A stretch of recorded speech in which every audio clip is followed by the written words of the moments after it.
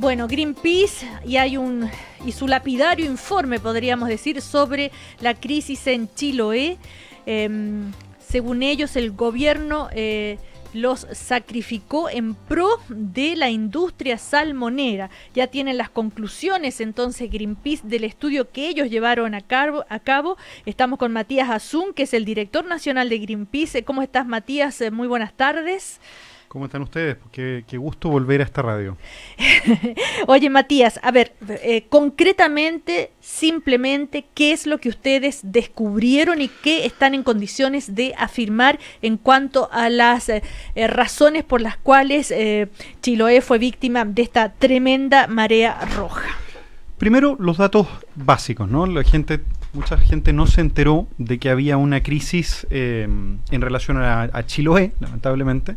Lo que ocurrió fue que durante los meses las primeras semanas de mayo, ¿sí?, hubo una crisis social gigantesca, por si alguien no se enteró, en la isla de Chiloé. El punto era sobre si los vertidos de salmón que se autorizaron como resultado de las mortandades que ocurrieron en febrero tuvieron o no impacto en la intensidad que afectó a la isla.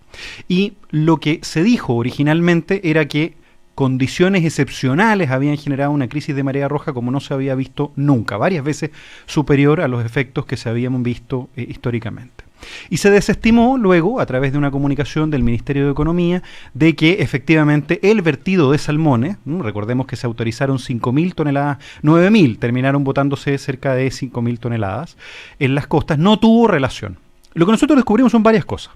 Lo primero, que el mes en el cual se autorizaron los vertidos es uno de los que tuvo menor nivel de presencia del fenómeno del Niño. Que las condiciones efectivamente que habían favorecido el bloom inicial que liquidó a los salmones estaban efectivamente generando muchísimos blooms de algas, muchísimas condiciones críticas en el mar y que por lo tanto la isla estaba en una situación de fragilidad.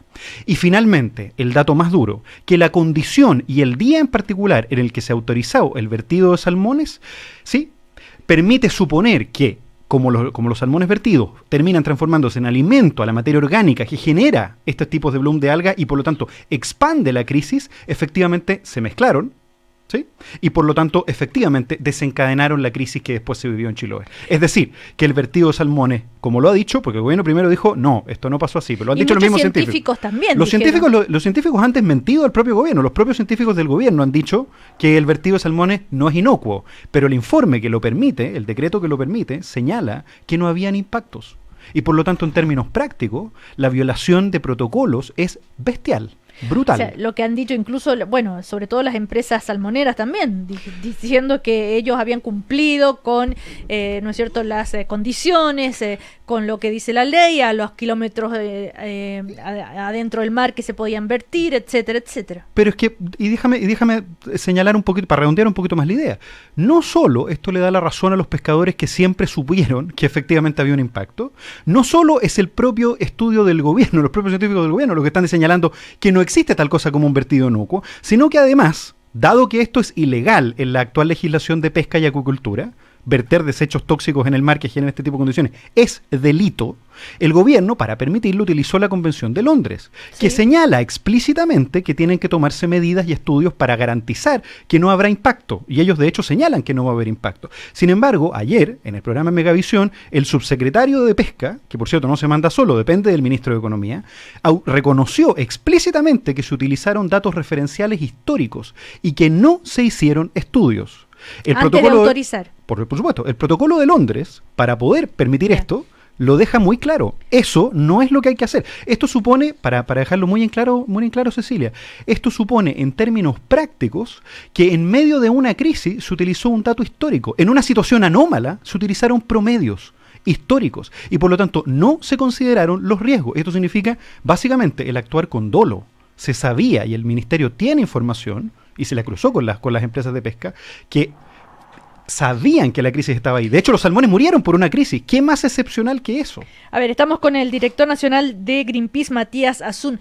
¿Cómo es esto del dolo? Eso es una palabra fuerte. Por supuesto. A ver, ¿por qué hay intereses económicos? Porque estamos hablando de una crisis que se generó, sí, básicamente por abandono de funciones y por un actuar que yo califico de peligroso por parte de las autoridades. ¿Sí? Efectivamente lo que ocurrió acá es que habían condiciones críticas, nosotros las confirmamos y el gobierno las ha señalado, pero en esas condiciones críticas, la peor decisión posible, y en esto hay que ser enfático, la peor decisión posible era autorizar el vertido de salmones, más todavía ese día, más todavía en esas condiciones.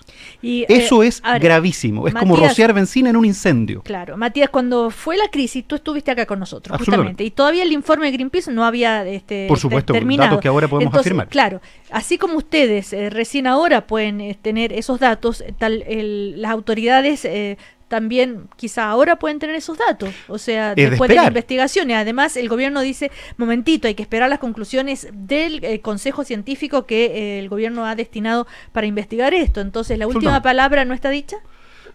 Sobre este problema en particular, sin lugar a dudas que no. Finalmente la justicia tiene que determinar las responsabilidades y yo me imagino que el mundo político, frente a la evidencia bestial que hoy día estamos evidenciando, esto es una crisis que afectó a más de 167.000 personas, en la cual hay claro abandono de funciones, en la cual hubo una crisis que nunca habíamos visto y que además, por lo demás, puede volver a repetirse.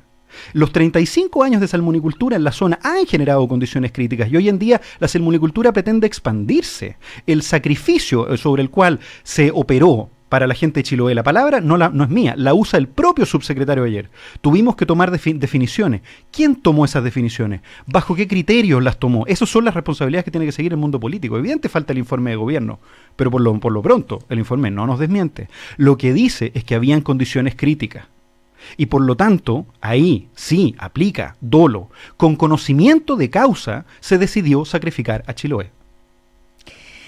A ver, con conocimiento de causa se sacrificó a Chiloé, dice Matías Asún, sí, el director nacional de Greenpeace.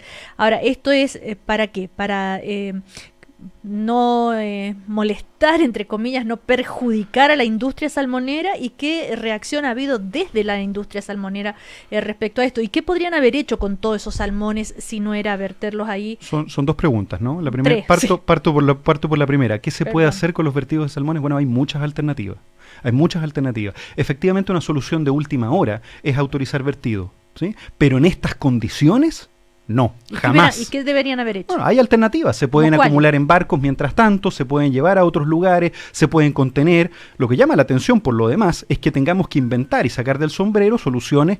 El punto es este, ¿no? Se murieron a tal velocidad y en tal magnitud salmones que no hubo sistema de respuesta posible. Entonces, evidentemente, si uno tiene que inventar las soluciones, eso, digamos, sobra entender que entonces los protocolos sobre los cuales está expandiéndose hoy en día la salmonicultura no tienen medidas de eso, como hacer un edificio sin salida de emergencia. O peor todavía, en Chile, hacerlo sin fierro. O sea, una vez más, la industria salmonera puesta en tela de juicio. Si bien, como dices tú, el informe de los científicos, de la Comisión de Científicos del Gobierno no ha terminado su trabajo.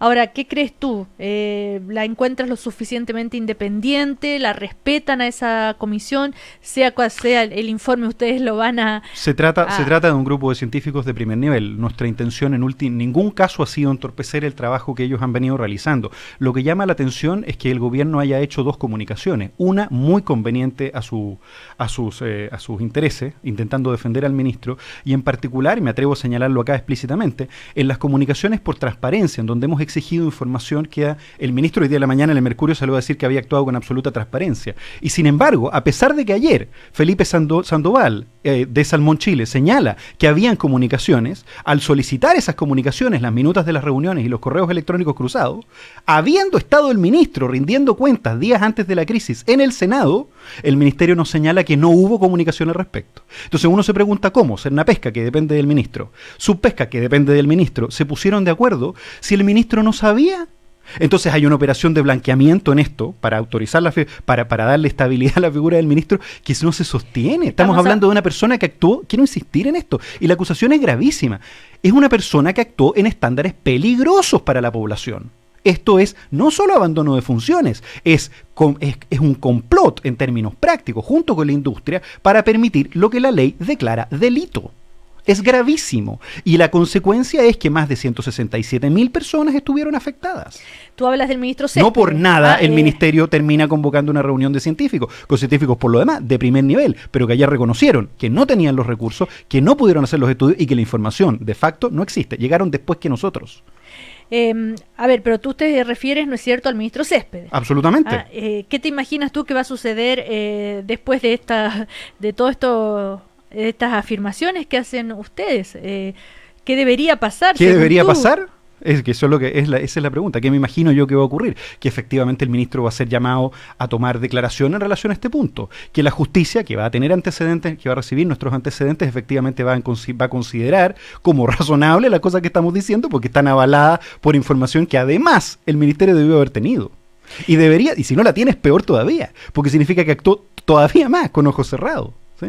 Ahora, recordemos entonces que fue la radiación solar la causa de la marea roja, pero ¿no es cierto? El hecho del desecho de los salmones. Un conjunto de factores generaron blooms de algas que finalmente, básicamente, y además situaciones climáticas, alteraron el ritmo habitual y por lo tanto generaron situaciones excepcionales de corrientes en la isla. ¿Sí? Ahora, si el subsecretario de Pesca, tú dices ayer, reconoció en ese reportaje, entonces es una materia que sí está al corriente el ministerio. Lógicamente, y sin embargo el ministerio, el Departamento de Transparencia reconoció, digamos, me negó que el ministro tenía conocimiento de la causa. Entonces yo me pregunto quién tomó la decisión entonces, porque, y permítame agregar sobre el punto, en una isla en donde de hecho la mayor parte de la población, con situaciones además, según todos los indicadores sociales críticas, teniendo además una crisis de la producción de salmones en la zona, ¿sí?, que por lo demás es muy conveniente para las empresas haber podido despedir a todos los trabajadores para migrar a otros lugares, en esa situación,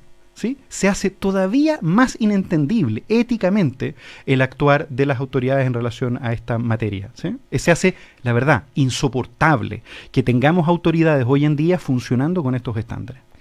Bueno, vamos a ver qué reacción genera todas estas palabras de Greenpeace, bastante duras. Es que de nuevo, no hay punto de comparación. Esto es una crisis gravísima, gravísima. Personas que son capaces de actuar bajo este protocolo no debieran tener ese tipo de autoridad. Evidentemente, no solo hay una crisis de la industria precedente, sino que además se agrava por el actuar de las autoridades. Así que, bueno, y los pescadores también ya manifestaron su molestia. En fin, esto esto recién comienza, digamos, a partir del informe de Greenpeace. Así que le queremos agradecer al director nacional de Greenpeace, Matías Azun, comentando esto. Que te vaya muy bien, Matías. Muchas gracias, y a toda la gente que nos acompañó también en Chiloé para poder levantar esta información de manera independiente. Muy bien.